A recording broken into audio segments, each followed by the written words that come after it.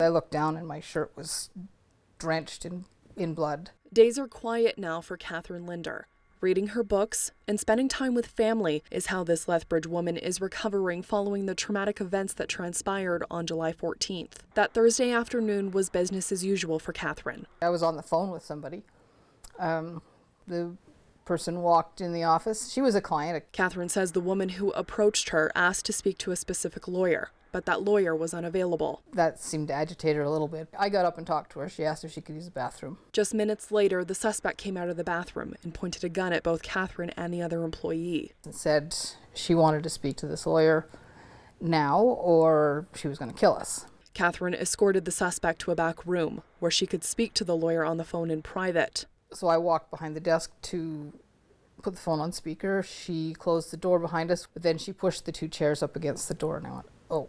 During this time, police had arrived on scene and a negotiator was patched through. Catherine was told to hang up on them twice. The third time when they called back, I answered the phone. She looked at me. She said, "Why did you do that?" Asked to get down on her knees and turn around, the suspect drew a gun on Catherine for a second time. And I said, "You don't want to do this." And she looked at me and she said the same thing. So I did, and I was kind of leaned like this up against a filing cabinet. So I just stood up a little straighter and looked her in the eye. Didn't say anything, but I thought to myself, if you're going to hurt me, you're going to look me in the eye when you do it. Catherine says the woman began to come at her, and she remembers trying to push her back. It happened so fast. I was trying to push her away. She came at me. I think I screamed and ducked like this.